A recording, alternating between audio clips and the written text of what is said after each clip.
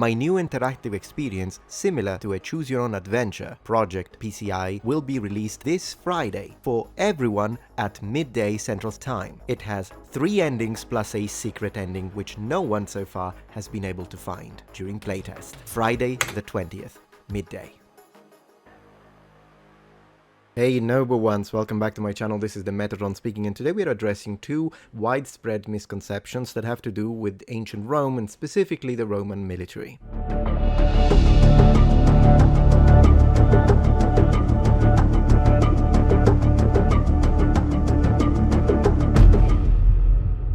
Hi, welcome back. So in the last month or so, as I was wasting my time on Facebook, I noticed that there were several posts that appeared to be identical, in the sense that they happened to be shared by several people. They were just copy-pasting and repeating the original article that mentioned these facts about ancient Rome, and it basically was a copycat situation, which unfortunately tends to be a problem when it comes to historical discussions, both in ancient Rome, the medieval period, and whatnot. And in this case, these posts were specifically dealing with 2 topics. One, Roman armor in general, and more specifically, lorica segmentata. So in other words, this kind of armor that we often see in iconography and that I myself have shown many times on this channel. Specific, the claim is to address the reasons why lorica segmentata was eventually discontinued as a form of armor in ancient Rome. As you can imagine, the reasons given in these posts are complete nonsense, so of course we will be debunking them. While the second element that goes around, or the second myth that goes around, is this over-exaggeration of the idea that the Romans just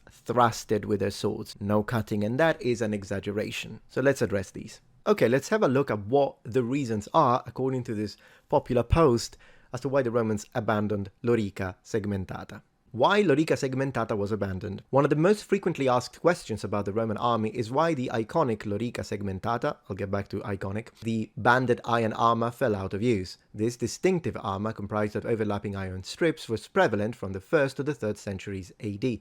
That is correct, with some scant evidence suggesting it may have persisted into the early 4th century AD, though this is minimal. Yes. To understand the decline of lorica segmentata, it's crucial to note that it was never universally adopted across the Roman army. The depiction of every legionary wearing lorica segmentata on Trajan's columns is largely for artistic clarity, meant to differentiate legionaries from other soldiers rather than represent actual uniformity. That is correct. In reality, lorica segmentata was used alongside other types of armor such as chainmail, lorica hamata, and scale armor, lorica squamata. Yes, so in this, it's interesting to say that lorica hamata and lorica segmentata are not period terms. I'm not saying that that's what they are saying, I'm just adding a little context here for interest. So we don't know what they called lorica segmentata. We know they didn't call it that, but we don't know what they called it. And it is possible that they said lorica laminata. And the reason why we think that is because the only time, and we never know, they never really mention it in the sources directly, at least for what we could find, but we do have a mention of someone talking about one of the segments, that one of the iron bands that form a lorica segmentata, and they call it a lamina. So laminae for plural, and therefore it is possible that they called it lorica laminata if they use the same term that we know they utilized in order to address the individual segments. So it's possible that it was called lorica laminata, but then again, when you say lorica segmentata, it is now an accepted term, just so you know that the Romans didn't use it as far as we know. And the same can be said about lorica hamata. It's in Latin, but it's a neologism, and it's a new term that, it's easy of use, a sort of quality of life when you talk about the Romans, but we do know how they referred to it, and they called it Gallica, lorica Gallica, because it was from the Gauls, or early Celtic populations in general. Then the Romans copied it and then applied it, modified it, improved it. Despite its reputation as the pinnacle of Roman military armor, lorica segmentata had several practical drawbacks. Alright, let's see, because so far it was alright, but now its complex construction made it uncomfortable to wear and potentially restrictive, affecting the wearer's breathing. Nonsense. Complete nonsense. This is, I think, one of the problems when you have all theory and no practice. You see, experiential knowledge when it comes to reenactment and reliving, bringing history back to life, is that you can read 1,000 pages on lorica segmentata and still know less than someone who puts it on and wear it when it comes to the practical aspects of what it meant to wear that specific type of armor. So yes, theoretical knowledge is very important because you can learn all the factors around it, all the history, the culture, the metallurgy, whatever you want. But then again, when you make statements like this, oh, it's difficult to breathe, any, please let me know in the comments, but any historical reenactor who has ever put on a lorica segmentata can immediately tell you that's nonsense. Never heard of that? Now, I have worn lorica segmentata for a very long time. It's been years now. I've worn it in reenactment, marching and whatnot. And do I look uncomfortable here to you?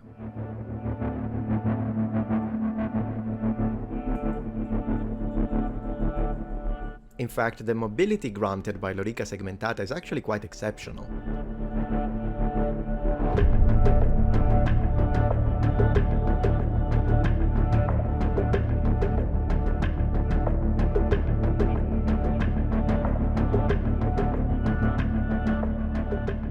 No one has ever claimed that you have trouble breathing while you wear a lorica segmentata. And in fact, even the idea of it being uncomfortable, it's really nonsense. Lorica segmentata is not the most comfortable set of armor in the world, I'll give you that. And personally, having worn both lorica segmentata and lorica hamata, I will say that yes, hamata is more comfortable to wear, but lorica segmentata is fine. I mean, I wore it, and I'm sure you have worn it if you're a historical reenactor, for hours and hours, maybe even days. I've even made a video, I gotta show you this. This one here, 14 days in armor, 12 hours a day experiment. I've done this in lorica segmentata. I gotta show you a little bit. And on this video, I have documented every single day. All I did was, from the moment I woke up, I put on lorica segmentata, I had my breakfast, I had lunch, whatever, always wearing lorica segmentata. I never took it off all the way up to when I went to bed. So yes, I did that experiment. As you can see here, we're already on day 3. I did a little exercising as well, played some video games. I cooked in armor. And you might think, but is that even realistic? I mean, wouldn't a Roman legionary take it off? Well, the reality is that no, we're told that they did construction in armor, that they did exercise and training in armor, they ate in armor. And that is because, particularly when they were in outside, like enemy, when they were in enemy territory, but also when they were in building roads and building bridges with the engineers and all that kind of stuff. So yes, Roman legionaries wore the armor continuously. Maybe sometimes if they were like relaxing at the end of the day and they didn't have like a guard duty and they were in a safe space and they were inside a fort, particularly if it's a winter fort, in the end they could take it off. But in general, lorica segmentata and hamata and squamata and all the other types of armor, you see even editing here for hours and hours wearing the armor, the Romans basically treated it as a second skin and they were very trained for it. Now, I'm obviously nothing, this is a week already, I'm obviously nothing compared to a Roman legionary when it comes to the training, when it comes to the physicality. I'm not a man of classical antiquity. I'm not a soldier. I mean, I used to be in the Navy, if that counts, but then again, these are professional soldiers and that's what they do. So if I could pull this off every single day for 2 weeks, all day, in lorica segmentata, it was not uncomfortable. I had no problems breathing.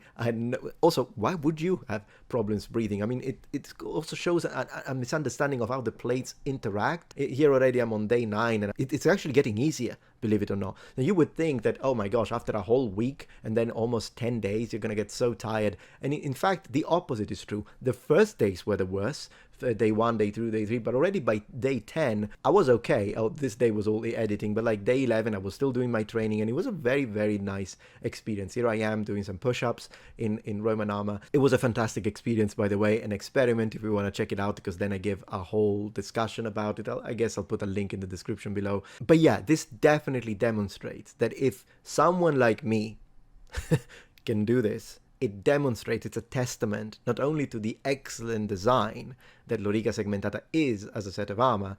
I mean, at the end of the day, this was specifically engineered for soldiers that had to march like maniacs and work and be combat ready in minutes when they needed to be deployed for whatever reason they were going to be deployed. But yeah, so it's basically designed to be comfortable, well, as comfortable as you can be when you're wearing, you know, all of that iron, low carbon steel. Sometimes it's even sandwiched between iron and steel. On day 12 I'm actually increasing the amount of training. So yeah, that's complete nonsense, and this kind of statement absolutely makes me realize that whoever wrote this and then all the people that are copy pasting it have never put it on.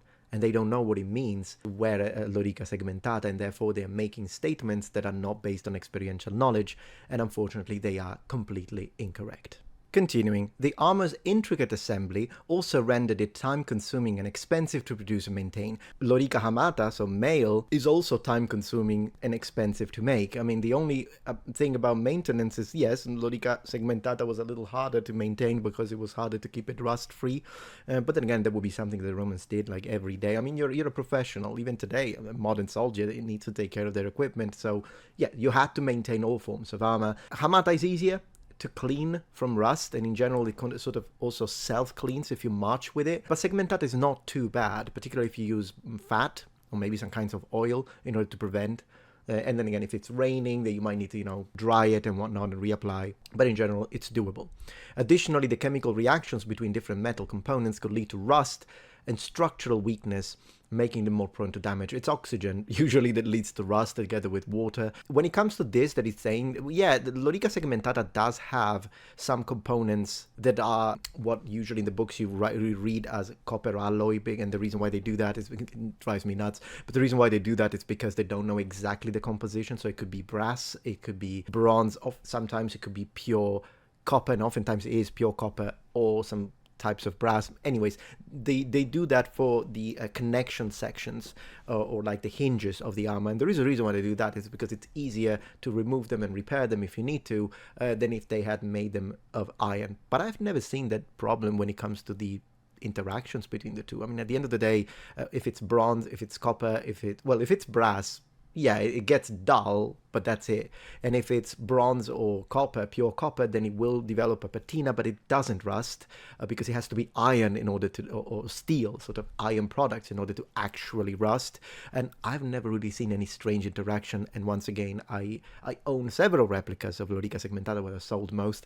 I still have one. But with all the different types that I've had, some had brass, some had actual pure copper. Never had any weird interaction. Maybe a little bit of dust around it, but very easily cleanable. The Roman military was acutely aware of these issues and attempted to address them by simplifying the design of Lorica segmentata. That's correct. However, it's possible that it was to decrease production, make it easier. However, these modifications did not entirely resolve the armor's inherent problems. By the 3rd century AD, a period marked by significant pressures on the Roman Empire, including external threats and internal instability, the production of complex items like Lorica segmentata became increasingly impractical. But also the fact that a lot of the soldiers now were non-Roman. So Lorica segmentata is a characteristic of citizen armor, so heavy infantry troops, which were Roman troops. But by the late Roman Empire, the period that they're mentioning here, a lot of that was actually, border control was delegated to auxiliary and barbarian troops, mercenaries, if you will. So that's one of the reasons why they weren't issued Lorica segmentata, rather than it being increasingly impractical, as it's saying. And then it finishes by saying the armor's decline in use reflects the broader challenges faced by the empire during the turbulent time. It's possible that it's one of the reasons, but in general, the reason why Lorica segmentata was a thing, because the way they wrote it makes it sound like, why did they even bother? Well, the reason why they bothered, and that is something that I don't see mentioned very often, is that Lorica segmentata was implemented most likely because as a way to increase the legionaries' defense and defensive capabilities against projectiles, particularly by some eastern enemies, including the Scythians. So it was a response that was given and issued to some legions, not necessarily the entirety of the Roman military machina, but it was issued to specific legions in order to counter specific types of weapons, which at the end of the day is how armor improves. Lorica segmentata, when it comes to its defensive capabilities, is an improvement over all the other types of Roman armor. The only exception when it comes to protective capabilities would be Lorica muscolata, because that one is basically a solid steel or iron plate molded into a specific shape, and there were two different kinds: the short one, which sometimes we see with lower end officers, that is usually cuts at the navel, and then the long ones that usually is associated with generals, legati, and even emperors. But at the end of the day, Lorica segmentata was great.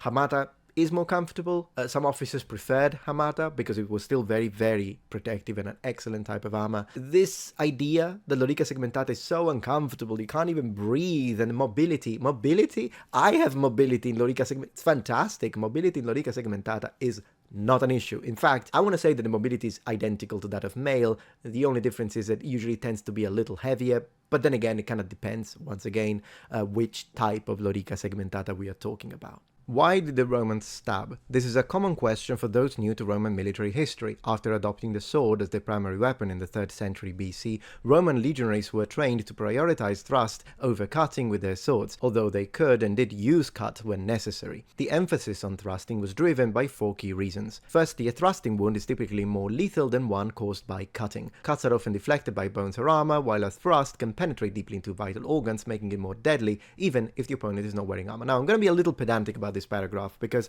it's not horrible. Okay, so I'm going to say that it's not horrible. I'm nitpicking a little bit, so don't take this as an opportunity for me, oh, you're just trying to be unreasonable. No, I just want to make sure that the information is presented in a way that it's clear for everyone. So here he says, firstly, a thrusting wound is typically more lethal than the one caused by cutting. That very much depends, because I mean, sure, if you thrust in the heart or the throat or the eye or even the abdomen, then yes, that is an extremely dangerous and lethal wound. But at the same time, if you cut someone's throat, or if you cut a major artery in the leg, for example, in the thigh, or if you manage to place a proper cut in the side, so the temples, when the skull is weaker, then that's also extremely lethal. So the idea that cuts are less lethal than thrusts kind of depends. Very situational and very anecdotal. Even more so when he says the cuts are often deflected by bones. Once again, it depends. If you cut someone's throat, I mean, yeah, or armor. Now, this is interesting because armor deflects thrusts too.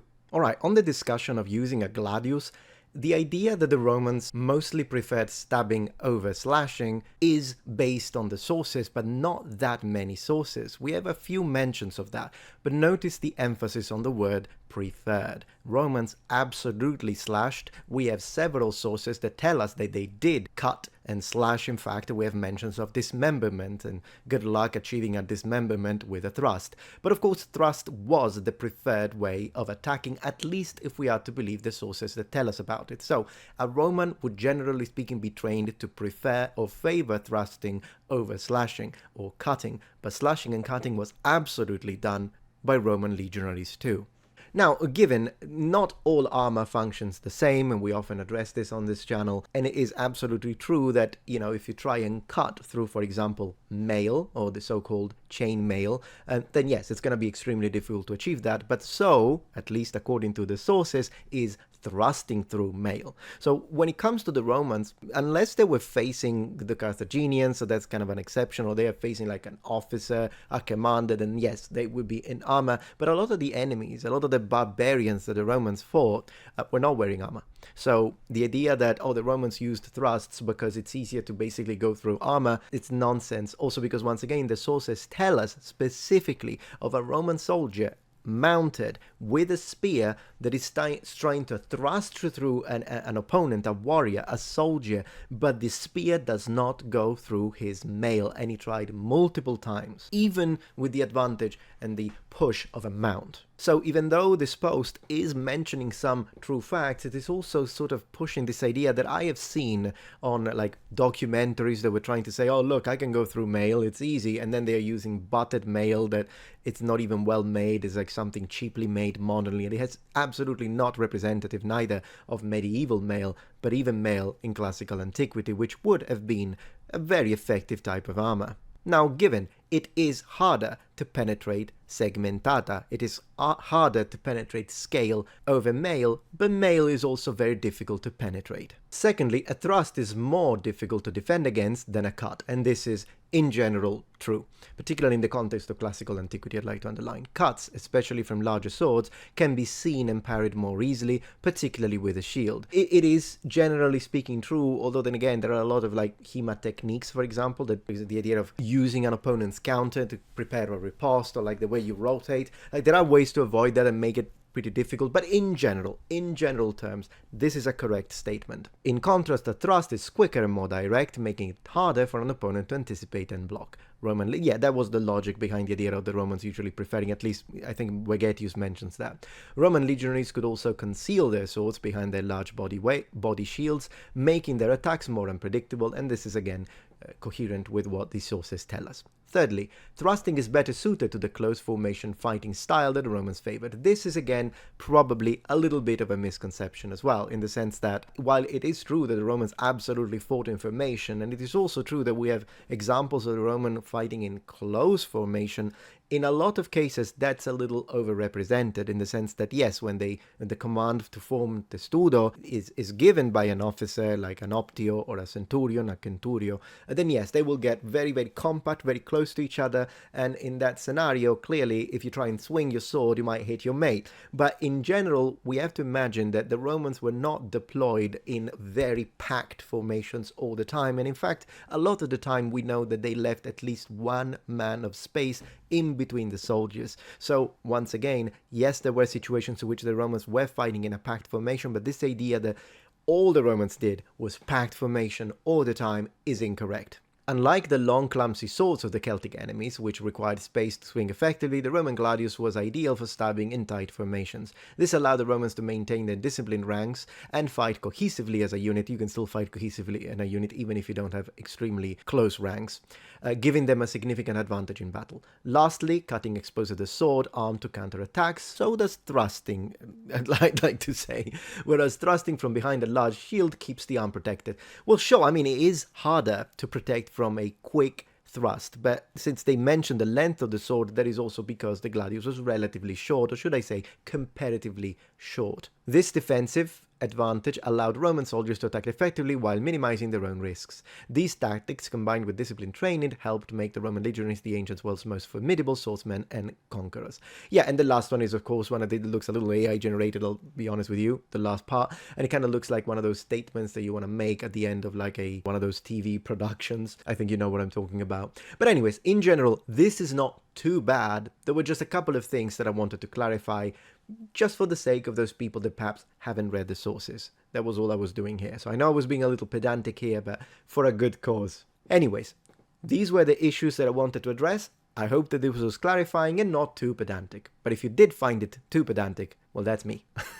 I'm pedantic. So let me be a little pedantic. Thank you very much for watching, Noble Ones, and remember, the Metatron has spread his wings. Goodbye.